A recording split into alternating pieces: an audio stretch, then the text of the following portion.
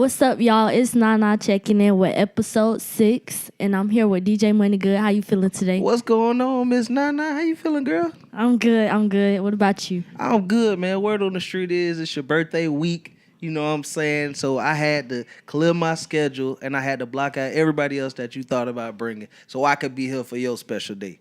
Yeah, I chose DJ Moneygud because I know he has a high reputation in the streets. So I had to bring in Mr. 106.1. You know, look at you trying to make me feel good. Is it because we the same height? Probably. All right, so let's start with the interview. So what gave you and DJ Swag the idea for the 5 o'clock ride out on Fridays? Well, basically, we call it the traffic jam mix, and we basically do it Monday through Friday. Basically, how we got on radio was through an internet radio show. So me and three other powerful DJs in Jacksonville, we got we got together and we all did different shows, and basically we just came together and did something called My Tenacity. And so we basically brought that element of turning up and making radio a party to the traffic jam mix. So that's what we do. The whole goal is to make the traffic jam mix your ride home feel like a party, pretty much. Yeah, I know. Whenever I'm on that ride home, I turn up in the car. I got to make my videos. I got to turn it on whenever I get home. I got to get everything done. That's what's up. That's the main goal. That's how we like it. Okay. So did you have any other backup plans if the internet radio station didn't work or the regular radio station? Yes, definitely. I was in early college at Reebok. I graduated with my associate's degree before I had my high school diploma. It's weird how that worked. I also played football my whole life. So if DJing didn't work, I probably was gonna play football or just go to the military full time because I'm a reservist in the Air Force. So what football team would you play for? Like, what'd you try out for? In the NFL? Well, how that works, you might think you're going to the NFL, but if you're not good enough, let's say it could be basically got to be in the right place at the right time. So if I wanted to play for the Dallas Cowboys, but there were 4 running backs better than me, I probably wouldn't make the Dallas Cowboys team. But if I go and play for the Jaguars and they only got one good running back, and I'm a good running back, I might have a better chance of making the team. So I think who would I play for? I would have loved to play for the Jaguars and be home and play for the home team. Okay. So do you think what you're doing is a step in the right direction in your career or just a regular job? It's definitely not a regular job. When I wake up and I go to it, it is work. It is a job, but I don't go to work feeling like, dang, I got to be at work again. You know, it's something I love to do. I love DJing. I love turning people up. I love being the positive energy that people can come and get every day when they listen to the radio. You know, because you're a human just like me, and we go through stuff. But no matter what I go through, 50,000 people that listen to us on the radio, they'll never know. So, you know what I'm saying? I love being that positive influence and that motivation and that good spirit for people who might be down. So by you feeling this way, do you think the ratings on 106.1 went up? Oh, we know the ratings went up. We see the ratings. So the ratings definitely went up. And thank everybody that listens to 106.1, even yourself, because you listen to it and you know about it. So thank you for helping us reach milestones. Okay. Did you know DJ Swag before 106.1, and how is working with him as a team on 106.1? It's crazy. Swag, how me and Swag met. Swag was DJing at a spot called Skyline. It's called Onyx now. I heard about him. And I went in Skyline one day just to hang out, and he was DJing, and of course I DJ. So the people that you hear about, you go and speak to. He's heard about me. He heard about me as well, and we just chopped it up one day for like an hour. I was in there talking with him for about an hour, and he was telling me about My Tenacity, how he wanted to start an internet radio show to create it as a platform for all the DJs in Jacksonville. So basically, after that day, we got cool.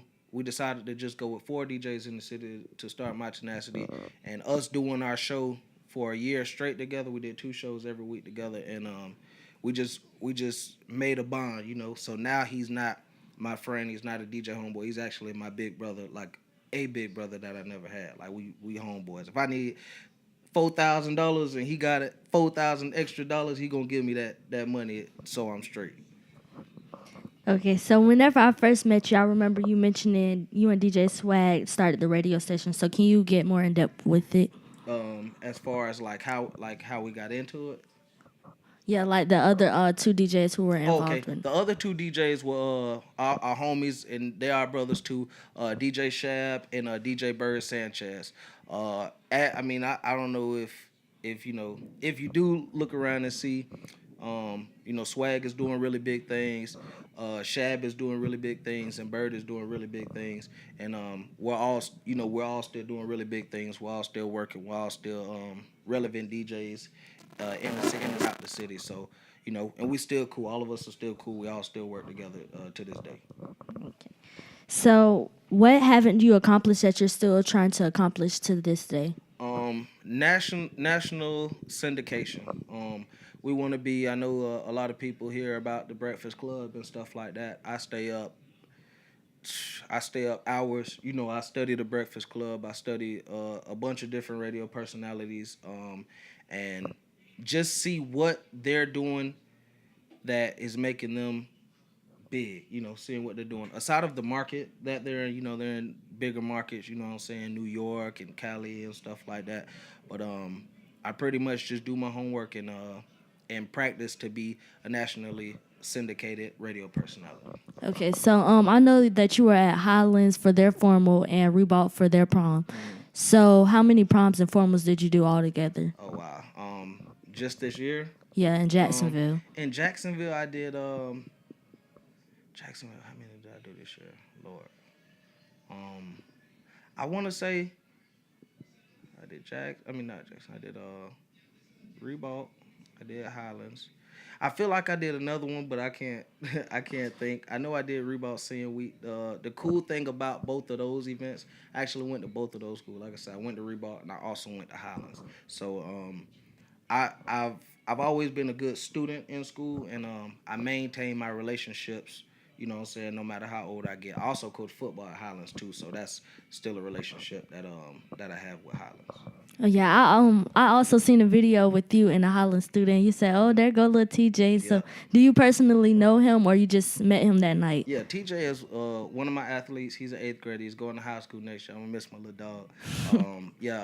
This was my first year coaching football at Highlands, and like I said, he was one of my athletes, one of my student athletes at Highlands Middle School. So, like I said, I maintain my relationships with the schools, and also maintain my relationships with the students that I coach. I try to the best of my ability, because it's bigger than just football. It's what I'm saying. It's about life. It's about being a student athlete, and it's about what I'm saying.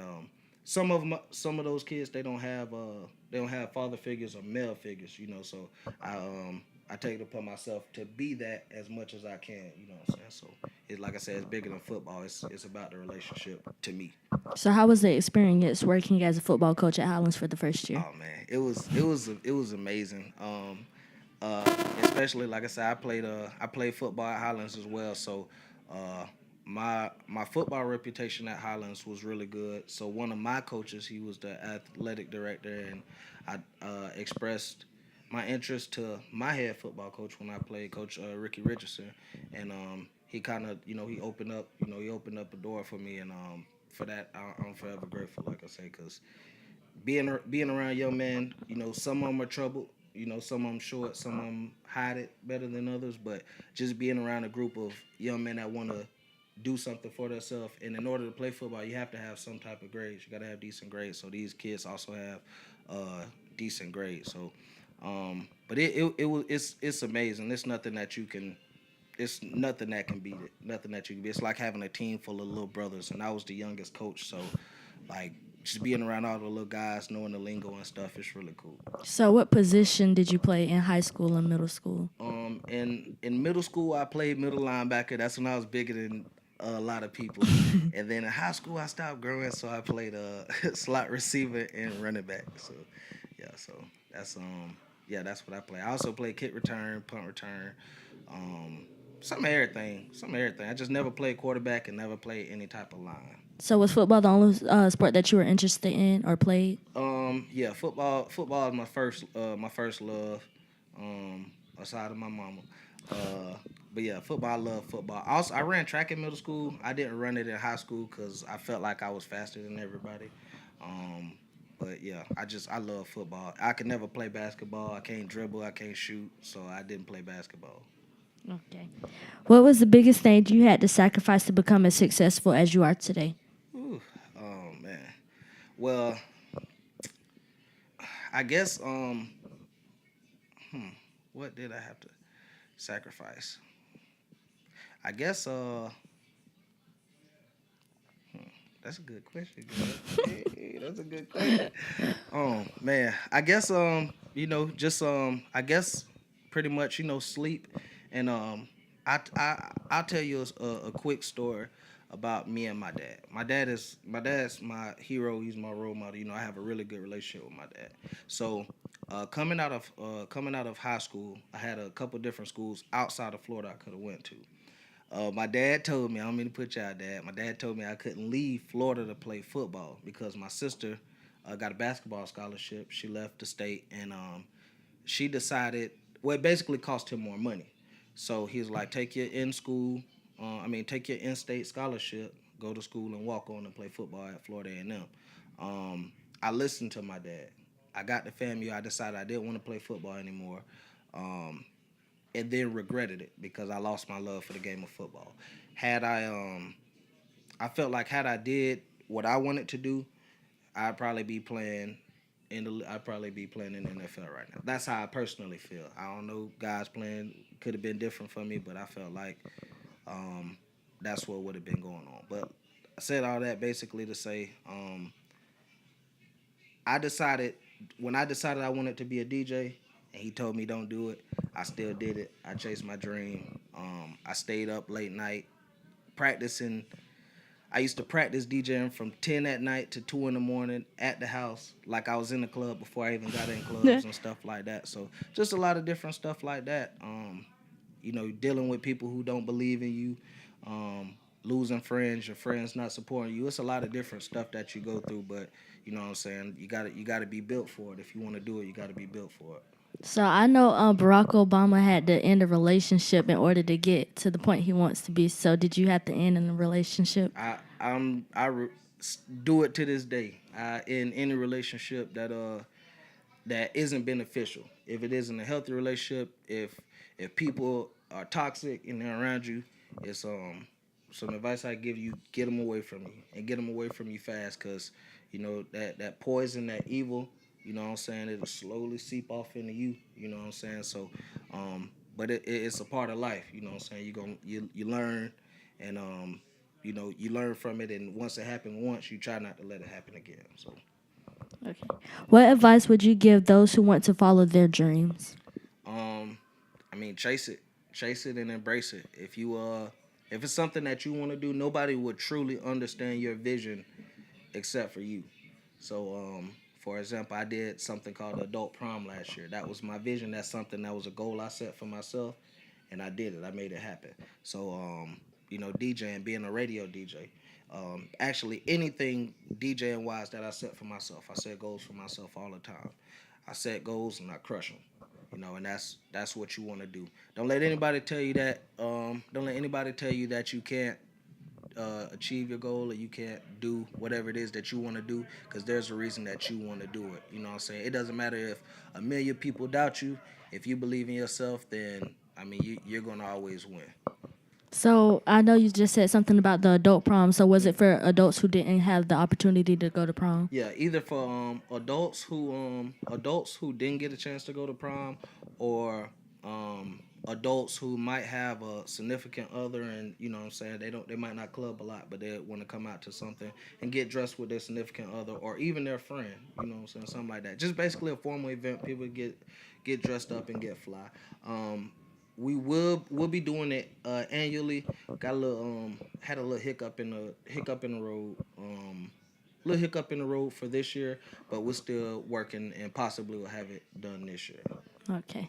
So for any adults who wants to go to the adult prom, you heard DJ Moneygud say it. He's trying to work on it, so y'all will be able to attend the adult prom. Right. And we also it's crazy you say that.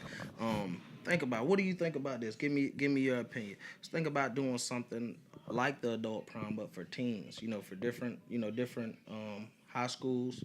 For them, they might have school. Reebok kids might have friends that go to Rains, or Jackson, Terry Parker. Maybe like a high school prom. What do you think? You think that'd be cool? That'd be something different? The Duval Prom.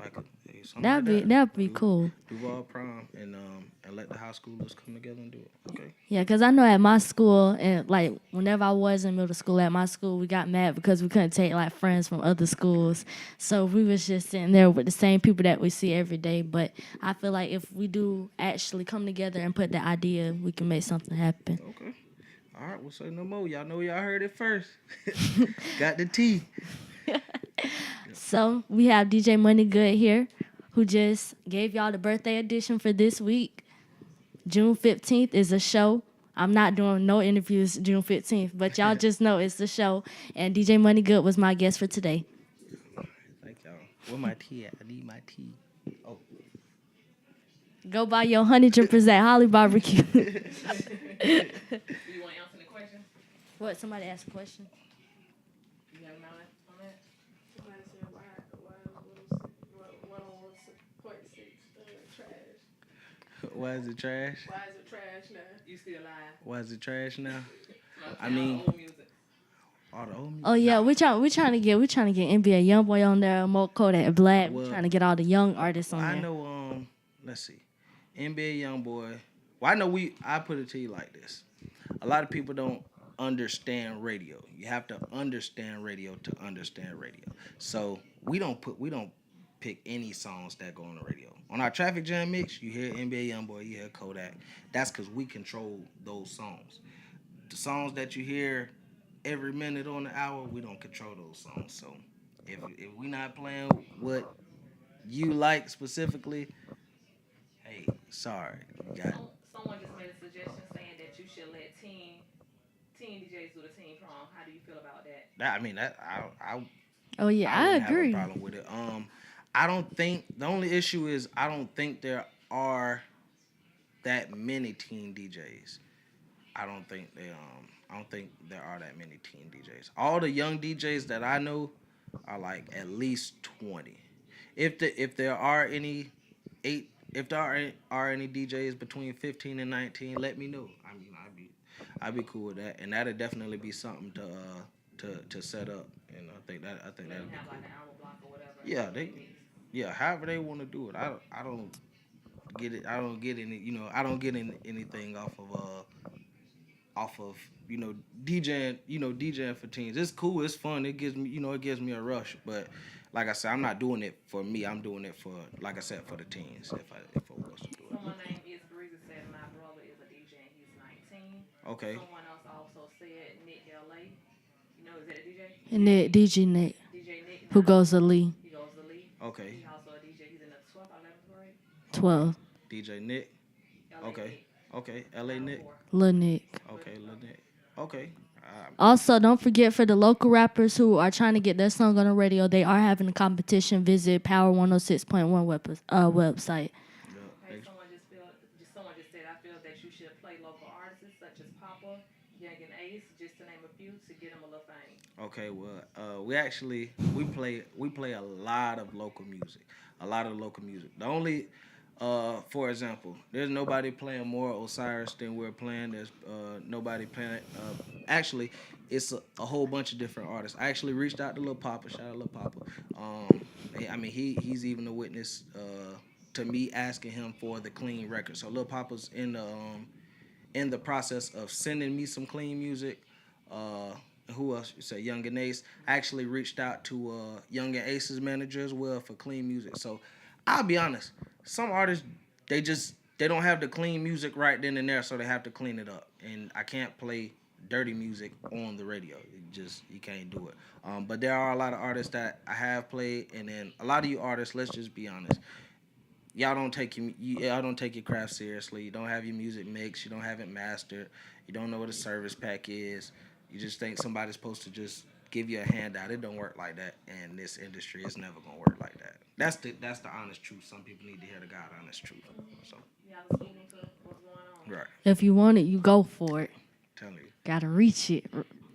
I know one of the local rappers. I know he said in their song, put it like that. In their song, they said, "Reach for the stars, let's get it."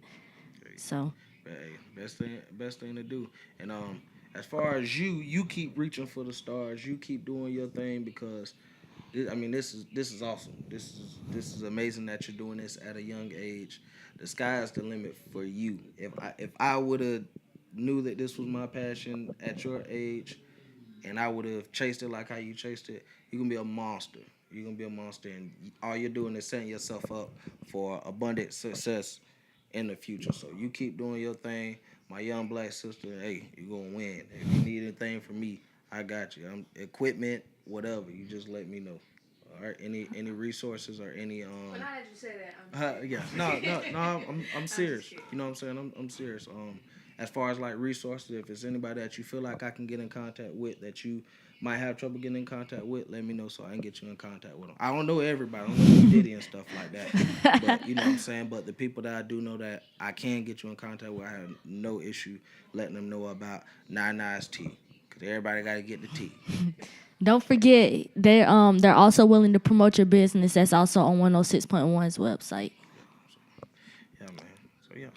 All right, so this is episode 6 with DJ Moneygud birthday edition. Well, this honey drip is good. Real good.